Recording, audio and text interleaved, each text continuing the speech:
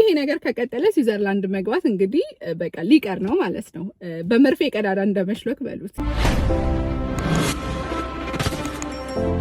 ሄይ ጋይስ እንዴት ናችሁ? ሳምንታችሁ እንዴት ነው? ሂዊ ቢራራ ነኝ። እንግዲህ አብዛኞቻችሁ በቲክቶክ አይታችሁኝ እዚህ ላይ መታችሁ ሰብስክራይብ አድርጋችኋል። በጣም አመሰግናለሁኝ። እንግዲህ ቲክቶክ ላይ ብዙ ተከታዮች አሉኝ። ስለ ስዊዘርላንድ የተለያዩ ነገሮችን ኢንፎርሜሽን እና የተለያዩ ነገሮችን ስዳስስ ነው ቲክቶክ ላይ የምታውቁኝ። ስለዚህ ዛሬ ደግሞ ስለ ስዊዘርላንድ በዚህ ዓመት እንዲሁም ደግሞ አሁን በያዝነው ወር የሚከናወኑ ነገሮችን ነግራችኋለሁ። በተለይ ደግሞ ስደተኛ ላይ ፎከስ ያደረጉ ነገሮችና ስዊዘርላንድ ላይ መግባት እንዴት አስቸጋሪ ሊሆን የሚችልባቸው ሁኔታዎች እየተፈጠሩ መሆኑን እዳስስላችኋለሁ በዚህ ቪዲዮ። አብራችሁኝ ነው። እንግዲህ ባለንበት ዓመት በ2026 ስዊዘርላንድ ከ82 ሀገራቶች ጋር በ34 መስፈርቶች ተወዳድራ ለስደተኞች ምቹ መዳረሻ በመሆን አንደኛ ላይ ተቀምጣለች። ከነዚህ የውድድር መስፈርቶች መካከል ደግሞ የላይፍ ስታንዳርድ፣ ለነዋሪዎች ያላት ሴፍቲ፣ እንዲሁም ደግሞ የገቢ መጠን፣ የቤት ኪራይ ሁኔታ ተጠቃሾች ናቸው ከክራይቴሪያዎቹ መካከል። ስለዚህ እንግዲህ አውሮፓ ላይ ስዊዘርላንድ እስካሁን በጣም ሴፍ እንደሆነች እና እንዲሁም ደግሞ ኤክስፔንሲቭ ቢሆንም ደግሞ ሃይ ኳሊቲ ላይፍ ስታንዳርድ በመስጠት ትታወቃለች። እንዲሁም ዓለም ላይ ከነዚህ ሀገራቶች ውስጥ ደግሞ አሜሪካ አንደኛዋ ናት። በተቃራኒው ደግሞ አሜሪካ 8ኛ ደረጃ ላይ ነው የወጣችው። እንዲሁም ደግሞ ስደተኞች ከቤተሰቦቻቸው ጋር መኖር የሚፈልጉበት ቦታ ደግሞ ብለው የጠቀሱት ስፔንን ነው። እኔ አሁን ማውራት የፈለኩት ግን ስለ ስዊዘርላንድ ነው። ስዊዘርላንድ ምንም ያህል አንደኛ ላይ ሆና ብትቀመጥም በተቃራኒው ደግሞ አሁን በያዝነው ወር በዚህ በጁን ላይ ስዊዘርላንዶች የሀገሪቷን ፖፑሌሽን በ10 ሚሊዮን ለመግታት ሪፈረንደም ያካሂዳሉ ማለት ነው።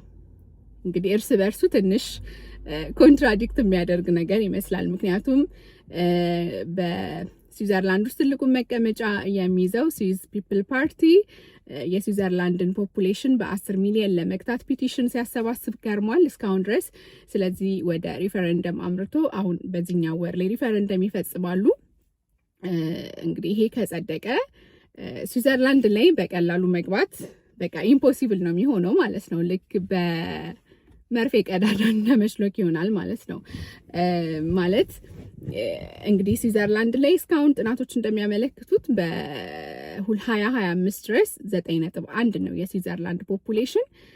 ስለዚህ 10 ሚሊዮን ለመሙላት እንግዲህ በጣም ጥቂት ጊዜ ነው የሚቆየው እና ይሄ ሪፈረንደም እንደሚለው ምንድነው እስከ 2050 ድረስ 10 ሚሊዮን በ2050 10 ሚሊዮን ላይ ለመግታት ነው ሪፈረንደም እያደረጉ ያሉት። ነገር ግን ያው ኦብቪየስሊ ይታወቃል ከ2050 በፊት 10 ሚሊዮን ሊገቡ እንደሚችሉ። ምክንያቱም ብዙ ስዊዘርላንድ ውስጥ ከነዋሪው በላይ የሚኖረው ብዙ ስደተኛ ስለሆነ ማለት ነው። እና እነዚህ ሁለቱ መጀመሪያ ላይ ስዊዘርላንድ ለስደተኞች ምርጥ መዳረሻ ሆና አንደኛ ላይ መቀመጧ፣ እዚህ ጋር ደግሞ እንደገና የሀገሪቷን ፖፑሌሽን በ10 ሚሊዮን ለመግታት ፕሮፖዝ የተደረገው የሪፈረንደም ጉዳይ ነገሩን እንግዲህ ትንሽ ታይት ያደርጉታል ማለት ነው። እና በጎን ደግሞ ይሄ የሪፈረንደሙ ሁኔታ ከጸደቀና ተቀባይነት ካገኘ በምን መንገድ ነው የሚተገብሩት ማለት ነው?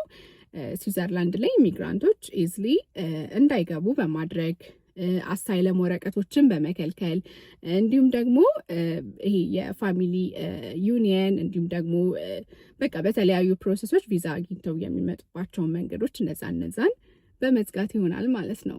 እና እርስ በርሱ ትንሽ የሚጣረስ ነው። ቢኮዝ ስዊዘርላንድ ከዚህ በኋላ ምቹ የስደተኛ መዳረሻ መሆኗን እንግዲህ በ2027 ይሄኛው ራንኳ ይቀጥላል ብለን ተስፋ እናደርግም ማለት ነው። በተቃራኒው ደግሞ ይሄ ሪፈረንደም ተቀባይነት እንዳይኖረውና እንዳይጸድቅ ሌሎች እየተቃወሙ ያሉ አካላት አሉ። የሚቃወሙበትም ሪዝም ምንድነው? ስዊዘርላንድ ውስጥ አብዛኞቹ ፎሬነሮች ናቸው፣ ብዙ ሴክተሮች ላይ እየሰሩ ያሉ ፕሮፌሽናሎች። ስለዚህ የነሱን የመንቀሳቀስ እና የመስራት መብት ይገድባል።